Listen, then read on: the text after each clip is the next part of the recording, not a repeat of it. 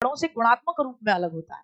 किसने कहा गुणात्मक रूप में अलग होता है? जल्दी बताएंगे। हार्वर्ड गार्डनर बुद्धि की बात करते हैं, कोलबर्ग नैतिक विकास की बात करते हैं, पियाजे हैं या वाइगोत्स्की हैं? जीन पियाजे हैं जो ये कहते हैं कि बच्चे बड़ों से क्वालिटी में अलग सोचते हैं, उनकी सोचने की क्वालिटी अलग होती है। जैसे बड़े लोग लॉजिकल चिंतन करते हैं, ये इलॉजिकल चिंतन करते हैं कि आई ला सूरज मेरे पीछे पीछे भागा रे, मैं जाता हूं वहीं चला आता है सूरज।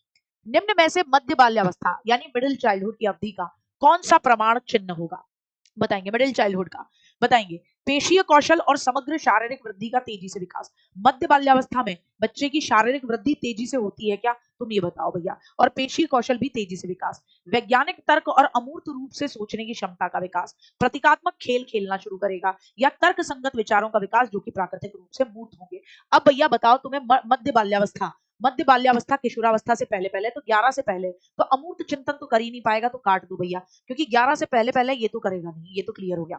अब मध्य बाल्यावस्था तकरीबन तकरीबन वो समय है जिसमें बच्चा 7 साल से लेकर 9 साल का माना जाएगा, तो लॉजिकल चिंतन आ जाएगा प्राकृतिक रूप से मूर्त चीजों पर।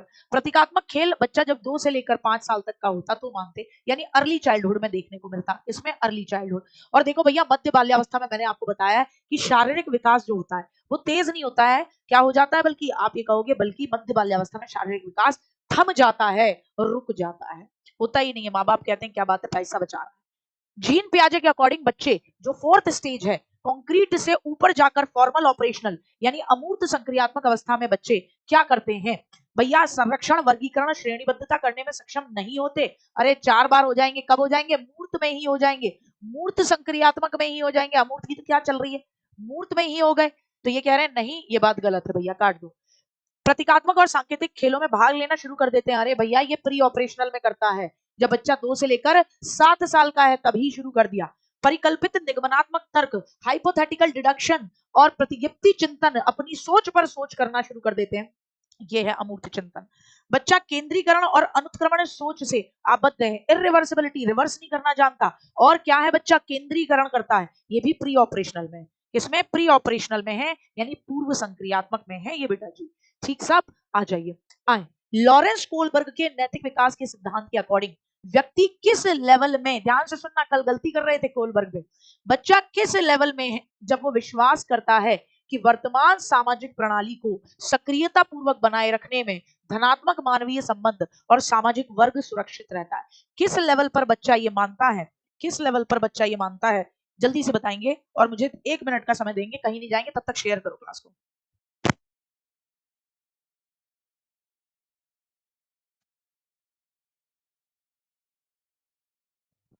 हाँ जी बताइए, डी ही उड़ गया, डी उड़ा रहे हो। वर्तमान सामाजिक प्रणाली को सक्रियता पूर्वक बनाए रखने में, भैया समाज की प्रणाली को हर हालत में बनाना है, मानवीय संबंध और सामाजिक बनाए रखने से धनात्मक मानवीय संबंध और सामाजिक वर्ग सुरक्षित रहता है। कह रहे हैं भैया मेंटेन करो हर हालत में सोशल सिस्टम को, जिससे ह्यूमन रिश्ते बढ़िया बने रहेंगे और सोसाइटी का ऑर्डर बढ़िया बना रहेगा। तो बात हो रही है किसकी? फोर्थ स्टेज की। और फोर्थ स्टेज कहाँ है? शाबाश, इसमें कंफ्यूजन नहीं पैदा किया। कंफ्यूजन तब पैदा होता है इसमें जब इसमें 5वीं स्टेज डाल दी जाती, क्योंकि यहाँ था ना मानवीय संबंध, तो किसी के दिमाग में आता ओ मानव को ज्यादा ऊपर रखना है और समाज के नियमों को नीचे रखना है, ऐसा बोल रहा है। ठीक है ना, तो ऐसा नहीं है, ये यांत्रिक उद्देश्य अभिविन्यास ये सेकंड स्टेज है, टिट फॉर टैट वाली। सार्वभौमिक नैतिकता यूनिवर्सल नैतिकता छठी स्टेज है। दंड और आज्ञा पालन फर्स्ट स्टेज की शरीफ बनने का नाटक कर रहे हो, पिटाई डर से। आओ नेक्स्ट बताओ, गार्डनर के मल्टीपल इंटेलिजेंस थ्योरी में कौन सा जोड़ा और कौन सी स्थिति सही से मैच है?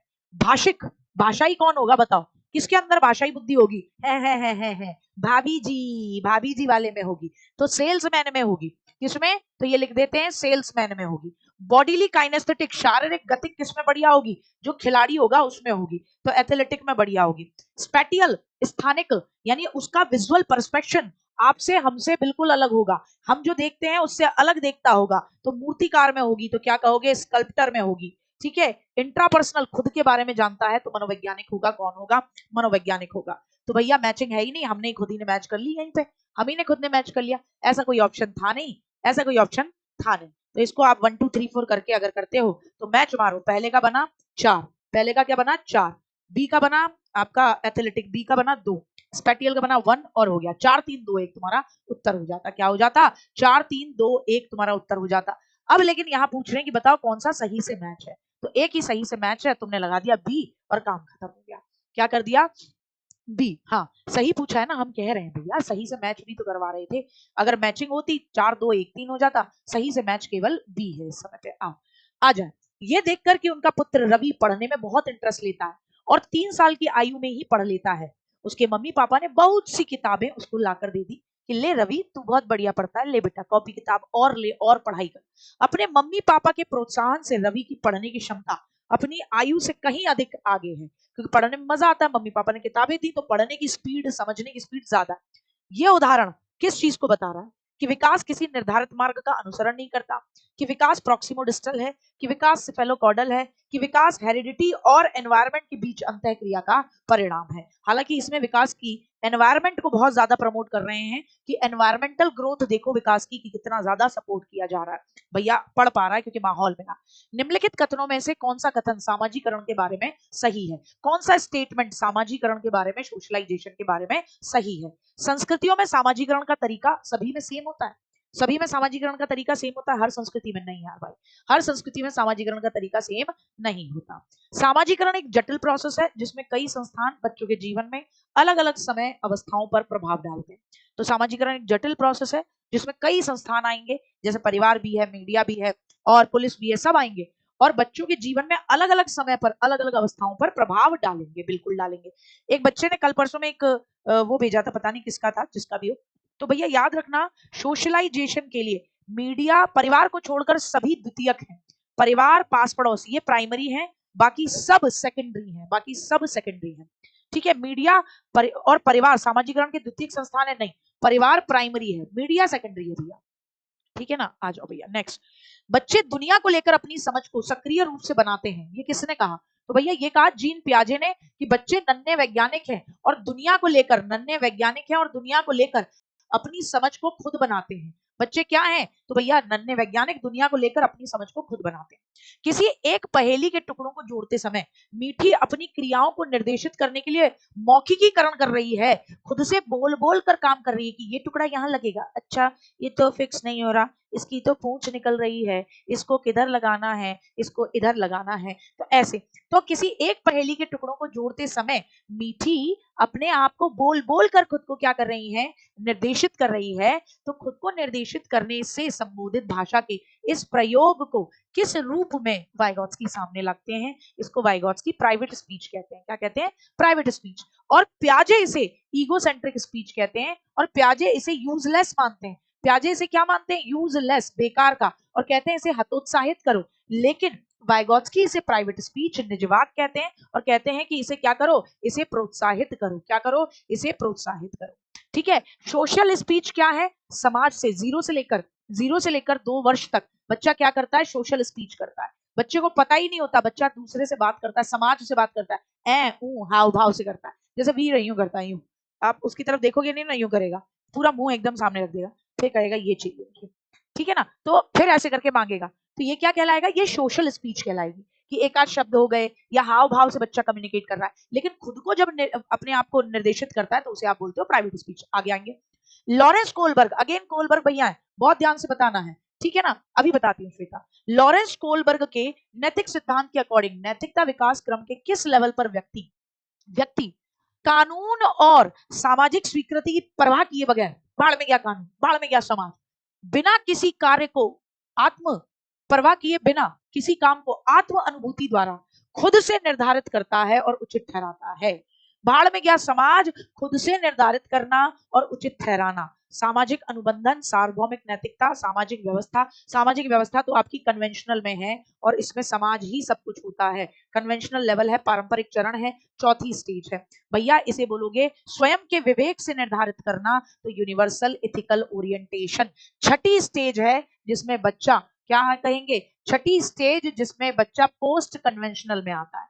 जिसमें बच्चा किस में आता है? पोस्ट कन्वेंशनल, यानी बच्चा आपका उत्तर परंपरागत में आता है। किसमें आता है? उत्तर परंपरागत में आता है। ठीक है ना, सार्वभौमिक नैतिकता। आ जाओ नेक्स्ट पर बात करते हैं, तो पढ़ेंगे, जल्दी से पढ़ेंगे।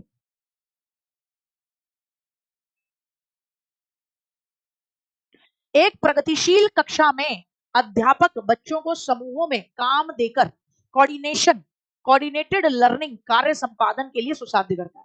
एक प्रोग्रेसिव क्लासरूम है, टीचर बच्चों को ग्रुप में काम दे रहा है और ग्रुप में काम देकर टीचर का एम यही है कि बच्चे आपस में कोऑर्डिनेशन करें और फिर इस तरीके से बच्चे आगे बढ़े। ऐसा करके वो अपने बच्चों में किसका बढ़ावा दे रहा है? प्रतियोगिता तो नेगेटिव होती है, नहीं, सहभागी अधिगम का बढ़ावा दे रहा है और कतई राइवलरी की है तो बच्चे ज्यादा नंबर ले आए उड़ा दूंगा, या फ्रस्ट्रेशन, इसका कोऑपरेटिव लर्निंग। अच्छा, कोलैबोरेटिव लर्निंग और रेसिप्रोकल लर्निंग, ये तीनों शब्द किसके हैं? कोऑपरेटिव, कोलैबोरेटिव और रेसिप्रोकल, ये तीनों शब्द किसके हैं? तो कहोगे भैया ये तीनों शब्द वाइगॉत्स्की के हैं। एक गुड़िया ने अभी पूछा कि दीदी मुझे सिफेलोकॉडल और प्रॉक्सिमोडिस्टल में अंतर बता दो। ध्यान से सुनेंगे, ध्यान से सुनेंगे। सिफेलोकॉडल, आपकी खोपड़िया को आप क्या कहते हो बेटा जी? आपकी खोपड़ी को आप सिफेलो कहते हो, तो इसे आप बोलते हो शीर्षाधोमुखी, शीर्ष से लेकर नीचे पैरों तक जाना, ठीक। तो खोपड़ी को आप सिफेली बोलते हो। तो जब विकास सिर से पैर की तरफ चलता है, सिर से पैर की पहले बच्चे ने अपने किसका संचालन करना सीखा? अपनी आंखों पर कंट्रोल, अपनी गर्दन पर कंट्रोल सीखा, और फिर बच्चे ने रेंगना पहले सीखा, फिर चलना सीखा। तो ये सिफेलोकॉडल को शो कर रहा है। लेकिन जब बात आए किसकी? प्रॉक्सिमोडिस्टल की। किसकी? प्रॉक्सिमोडिस्टल की। तो उसे आप बोलते हो समीप दूराभिमुख। क्या कहते हो? समीप दूराभिमुख। ये कहता है कि पहले पहले बच्चा जो है उसका विकास जो होता है, पहले केंद्र का विकास होता है, सेंटर का, फिर बाहर की तरफ का विकास होता है, केंद्र से बाहर की ओर। विकास कैसे चलता है? सेंटर से पेरिफेरल की तरफ चलता है। पहले व्यक्ति का केंद्र, ये भुजाएं बनेंगी, फिर उसके ये आगे के हाथ अंग जो है वो कंट्रोल में आएंगे, यानी इन पर कोऑर्डिनेशन। तो पहले ग्रॉस मोटर स्किल्स का डेवलपमेंट होगा, फिर बच्चे की फाइन मोटर, सूक्ष्म गतिक कौशल का बाद में विकास होगा। आओ, बच्चों में जेंडर रूढ़िवादिता के खंडन के लिए किसका प्रयोग आप नेग्लेक्ट करोगे? क्लास पसंद आ रही हो लाइक करें, चैनल पर पहली बार आए हो सब्सक्राइब करें, बेहतरीन तरीके की शॉर्ट वीडियोस भी मिलती हैं, सब कुछ बहुत बढ़िया, बहुत बढ़िया। चलेंगे भैया, चलेंगे।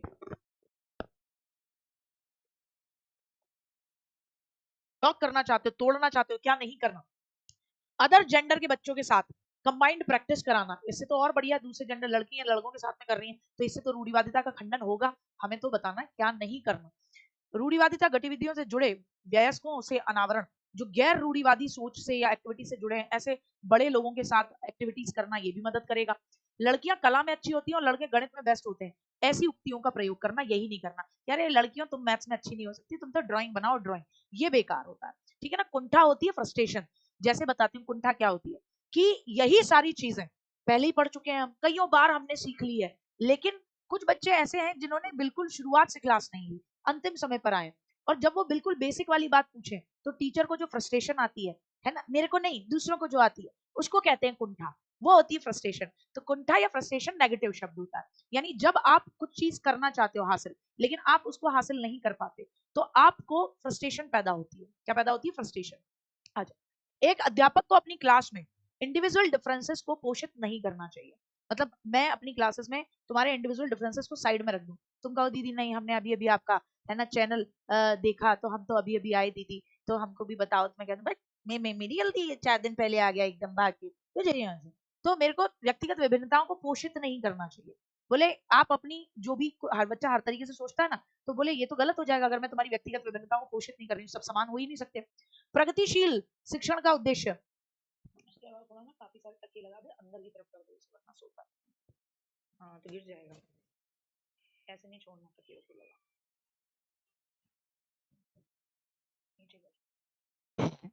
नेक नेक बताएंगे। प्रगतिशील शिक्षण का उद्देश्य ये सुनिश्चित करना है कि सभी बच्चों को, बेटा मैं अपने बालक को देखने गई थी भाई, है ना।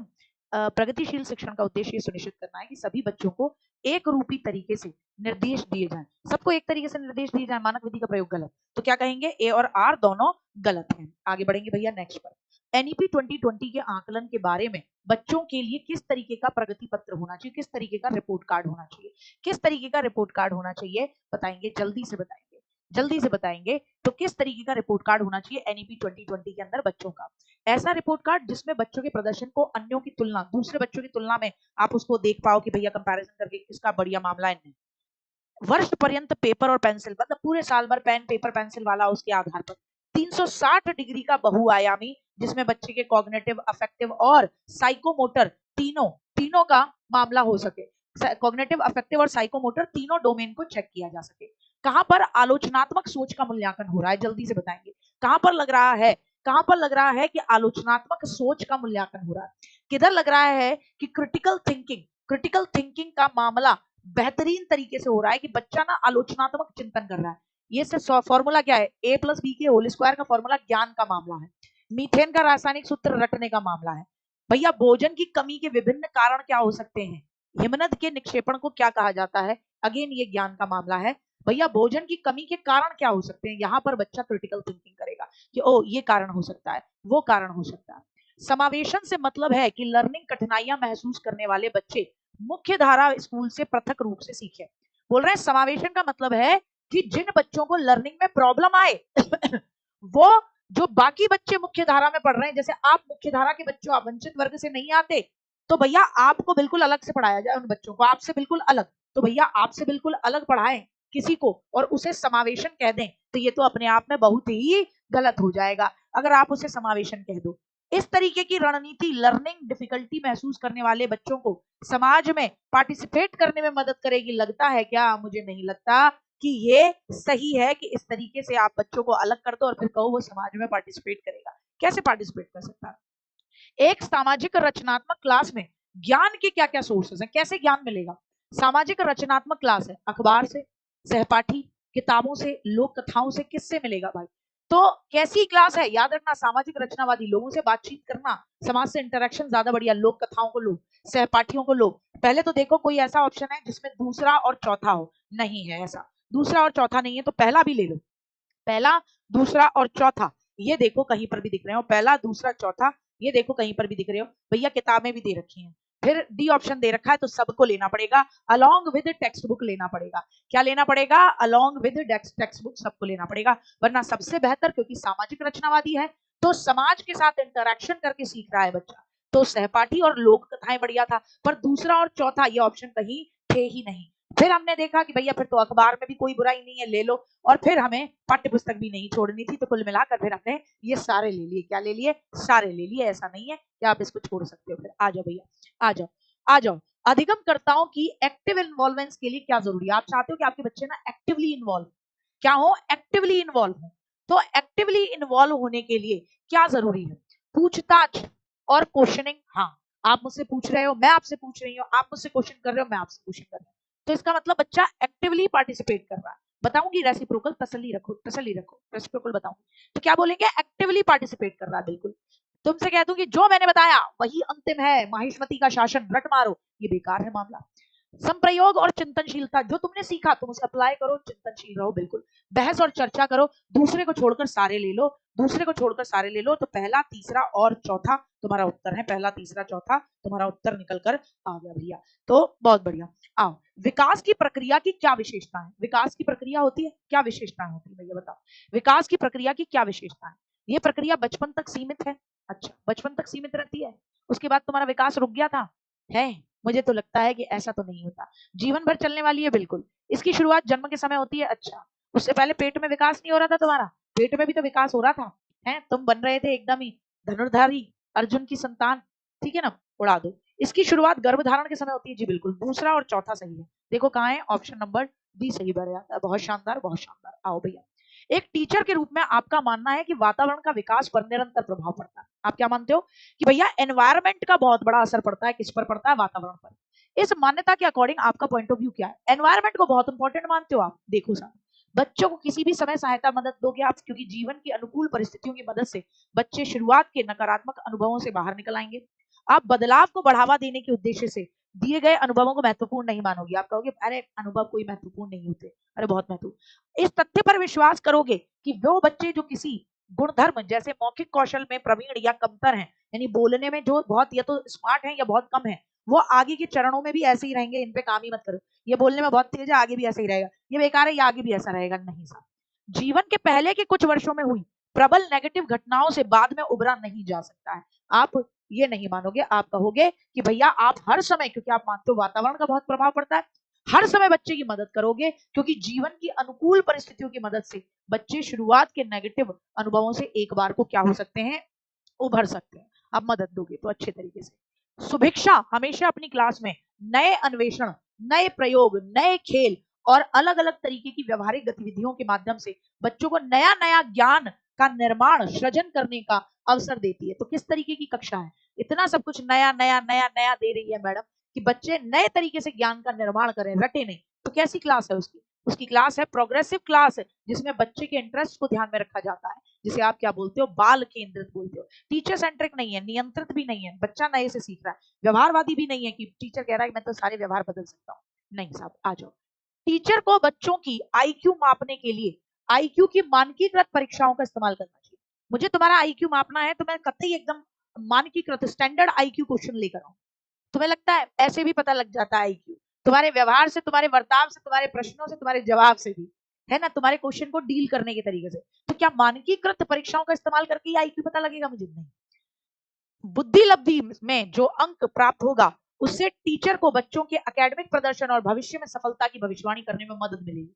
आईक्यू से तुम्हारा एकेडमिक प्रदर्शन और भविष्य में तुम कितने सफल होगे ये नहीं पता लग सकता भैया। आईक्यू से तुम्हारी भविष्य की सफलता नहीं पता लग सकती। No no yes, no no है, क्या है, नो है, बहुत गलत है, बहुत गलत, बड़ा प्यारा शब्द लगा मुझे, बहुत गलत बड़ा प्यारा शब्द लगा, बहुत रॉन्ग सुना है, दोनों गलत सुना है, बहुत गलत बड़ा प्यारा लगा। आओ, निम्न में से गुड्डा कह रहा है कौन सा तरीका बच्चों की विविध अधिगम जरूरतों को पूरा करने में बाधा पहुंचाएगा? कहां पर बाधा होगी? बाधा, बाधा पहुंचाएगा। कोलैबोरेटिव लर्निंग करोगे ये तो फायदा पहुंचाएगा भैया। वाइगोत्स्की ने कहा था कि बच्चे ग्रुप में किसी निष्कर्ष पर पहुंचे तो ये तो मदद करेगा। पृथक्करण और नामीकरण, अगर मैं आपकी लेबलिंग कर दूं कि ये गंदे वाले बच्चे, ये अच्छे वाले बच्चे, और अलग कर दूं, ये फायदा पहुंचाएगा कि यही बाधा पहुंचाएगा? यही तो बाधा पहुंचाएगा। अगर मैं आपकी रीजनेबल अकोमोडेशन कर रही हूँ ये भी पॉजिटिव है, अलग अलग तरीके की पद्धतियां ला रही हूँ ये भी पॉजिटिव है। अब देखो, क्योंकि कोलैबोरेटिव लर्निंग आया वाइगोत्स्की का शब्द, तो वाइगोत्स्की का ही शब्द है पारस्परिक यानी रेसिप्रोकल लर्निंग या टीचिंग। क्या कहोगे? रेसिप्रोकल लर्निंग या टीचिंग वाइगोत्स्की का ही शब्द है। किसका शब्द है? वाइगोत्स्की। हालांकि मैं चाहूंगी कि आप लोग, अगर जो भी बच्चा नया है तो एक बार क्या कर ले, यहाँ पर आपका टीचिंग एग्जाम TWA किधर है, वाइगोत्स्की का सिद्धांत, इसके अंदर मैंने यहाँ पर ऑलरेडी दिया हुआ है। क्या दिया हुआ है? वाइगोत्स्की के सिद्धांत में ऑलरेडी आपको बताया हुआ है। इस ग्रुप में कुछ ज्यादा जानते हैं, कुछ कम जानते हैं। और कोलैबोरेटिव लर्निंग में ग्रुप के हर बच्चे का समान लक्ष्य है। ऐसा नहीं है कि कुछ ज्यादा जानते कुछ कम जानते, सब मिलकर एक समान लक्ष्य पर पहुंचेंगे। और ये बारीक बात कहां बताई गई है? शॉर्ट वीडियो में बताई गई, उससे पहले मैराथन में बताई गई थी, अभी आज बताई गई है। ठीक है ना? इसको ध्यान रखना है। ठीक है, आ जाओ, चलो आओ। अपनी क्लास में, आपकी क्लास में एक बच्चा दृष्टिबाधित बच्चा है, उसकी जरूरतों को ध्यान में रखकर एक टीचर को क्या समायोजन करना चाहिए, कैसा तरीका अपनाना चाहिए, कैसा तरीका अपनाना चाहिए? पहले तो क्लास को लाइक करें, शेयर करें, ज्यादा तक पहुंचा दो, क्योंकि क्लास 5 बजे नहीं है, अभी इस समय पे चल रही है, तो जितने बच्चों को पहुंचाना है सबको पहुंचा दो। फिर वो बाद में ये कहेंगे दीदी 5 बजे वाली में हमको आप दिखी नहीं, आपने 5 बजे वाला बंद कर दिया है, क्या प्रैक्टिस है? सबको पकड़ लाओ, ले आओ भैया।